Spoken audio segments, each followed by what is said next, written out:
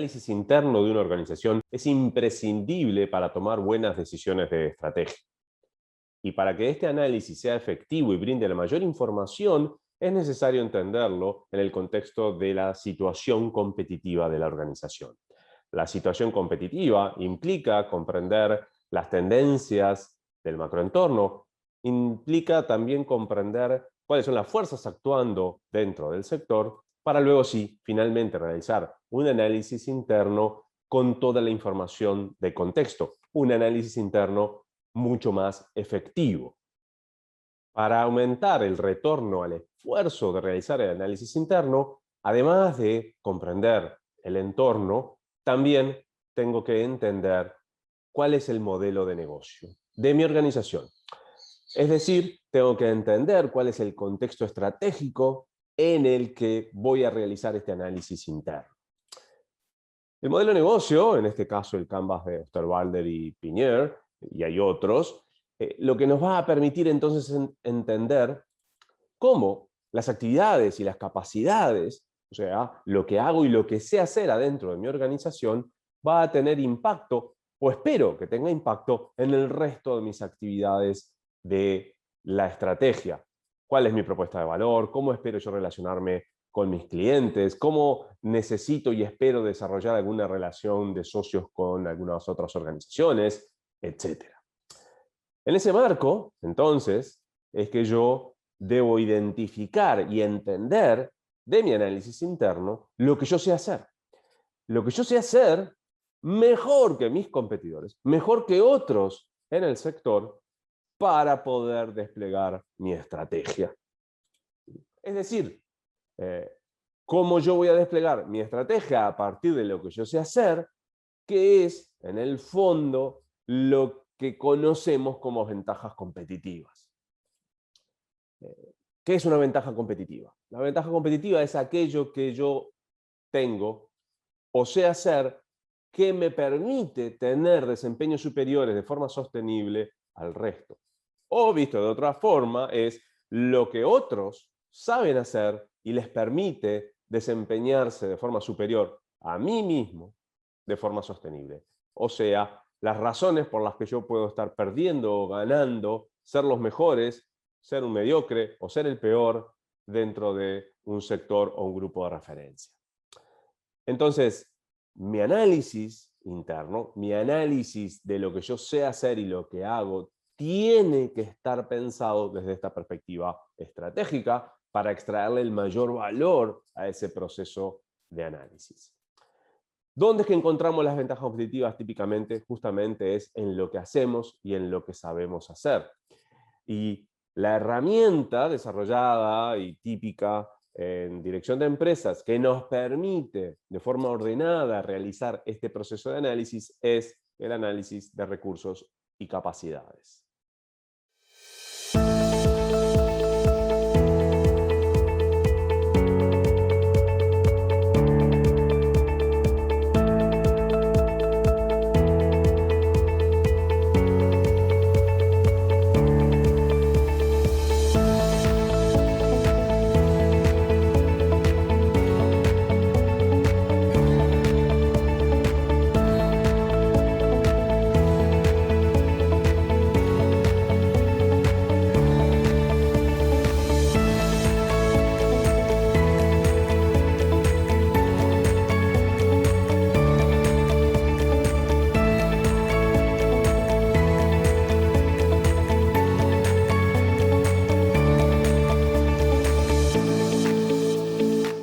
Ahora bien, ¿qué son recursos y qué son capacidades?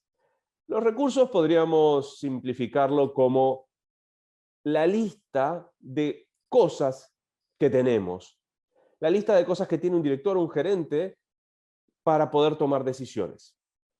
Mientras que las capacidades no es algo que una organización tenga como tal, sino que son las cosas que sabe hacer, que las podrá saber hacer mejor o peor que sus competidores o que otros referentes del sector, pero no es algo que podamos identificar de forma clara y tangible y que podamos decir que la tenemos en determinado lugar. ¿Mm? Típicamente las capacidades son fruto de una combinación de recursos, son fruto de una forma de gestionar, de administrar y explotar, en el mejor sentido del término, los recursos que tenemos para generar algo que otros eventualmente no tienen. ¿Por qué es importante? Por todo lo que ya veníamos diciendo, y esto lo sabemos, y hay evidencia empírica desde por lo menos hace 2500 años con los escritos de Sun Tzu. Hablemos ahora unos minutos sobre recursos. Lo que necesitamos es tener la lista de recursos, tener la lista de lo que tenemos en la organización, de lo que los gerentes y directores tienen a disposición para tomar decisiones de estrategia. Este inventario podríamos hacerlo con distintos formatos, con distintas tipologías. Y hay infinidad de tipologías y probablemente ninguna sea mejor que otra. Lo importante es tener y aferrarnos a una de ellas y no olvidarnos de nada en el proceso de identificación. Esta es una de esas posibles descripciones y tipologías. Podemos tener recursos tangibles, intangibles, humanos. Insisto, hay otras formas de distribuirlo, no hay ningún problema con esto. En tangibles podemos tener físicos financieros, luego podemos tener tecnología, reputación, cultura, y aquí estamos en activos, justamente no contables, activos, cosas que los gerentes tienen, que pueden usar para tomar decisiones, que pueden inhibir algunas decisiones o pueden permitir tomar algunas decisiones. Las tenemos allí. Podemos trabajar sobre ellas, evidentemente, y pueden ser parte de nuestras conclusiones, de nuestro proceso, el querer fortalecer, cuidar o desarrollar algunas piezas de la reputación y la cultura que tenemos o no tenemos hoy. Y lo mismo con las personas. Crítico, evidentemente, en cualquier planteo de estrategia. Sus conocimientos, sus motivaciones y las relaciones.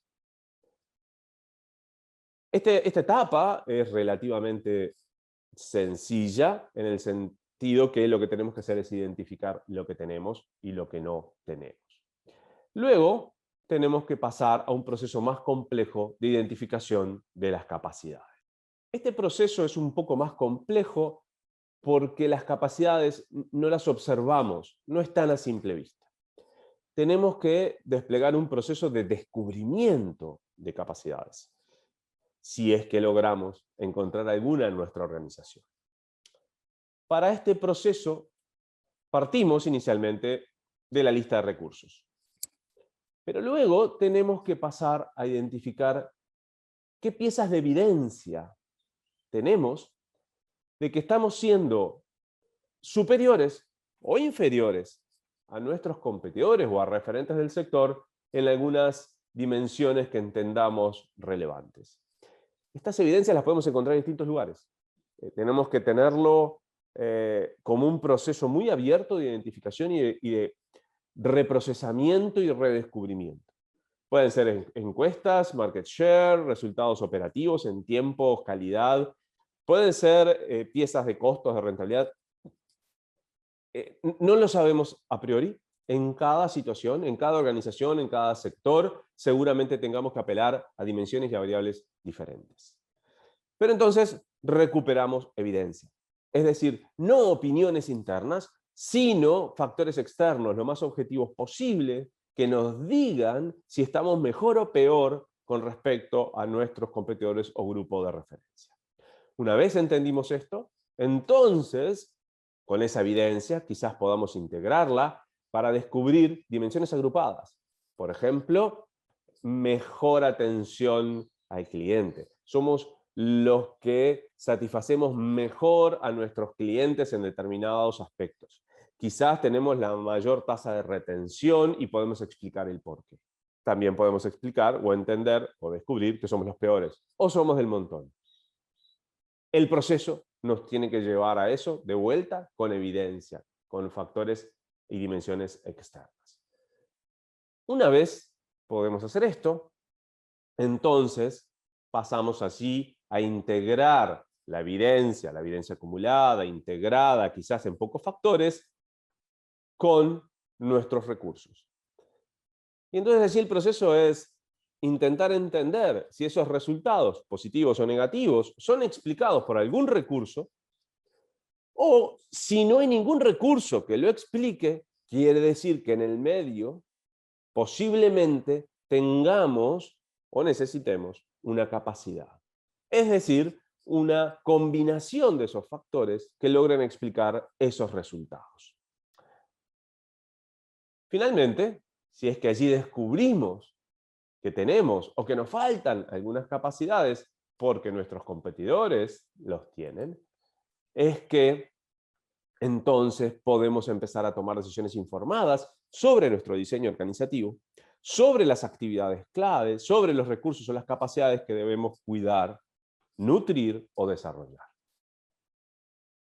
El análisis BRIO, que vamos a repasar muy rápidamente ahora, implica comprender cuán valiosos son esos recursos o capacidades en el contexto de mi estrategia, cuánto valor realmente creemos que pueden aportar, cuán raros e inimitables son, y esto es lo que determina esencialmente la facilidad o dificultad de defender ese recurso o esa capacidad.